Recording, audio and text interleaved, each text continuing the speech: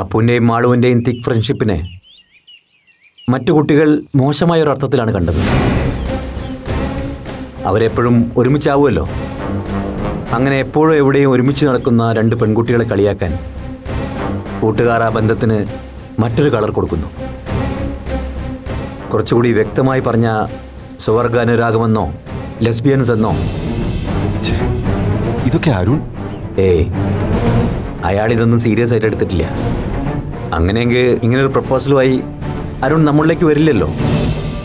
എന്നാലും നമ്മുടെ കുട്ടികളെക്കുറിച്ച് മറ്റുള്ളവർ അങ്ങനെയൊക്കെ പറഞ്ഞു നടക്കാന്ന് വെച്ചാൽ കേട്ടിട്ടൊരുമാതിരി.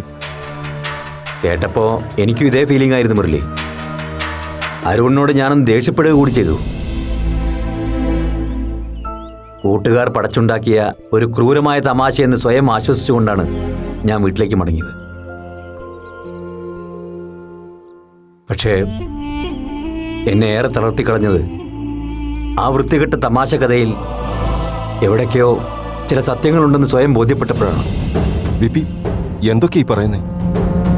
സംശയങ്ങളാണ്, സാധ്യതകളാണ്. അതൊന്നും സത്യമായിക്കൊള്ളണമെന്നില്ല. സത്യമാകരുതേ എന്ന് തന്നെയാണ് എൻ്റെ പ്രാർത്ഥനയും. No, never. ബിപി വെറുതെ നമ്മുടെ മക്കളെ പറ്റി. വീട്ടിൽ തിരിച്ചെത്തിയപ്പോൾ മുതൽ അപ്പുവിനെയും മാളുവിനെയും ഞാൻ വളരെ ക്ലോസായി ഒബ്സർവ് ചെയ്യായിരുന്നു. ഒട്ടും മുൻധാരണകളില്ലാതെ തന്നെ.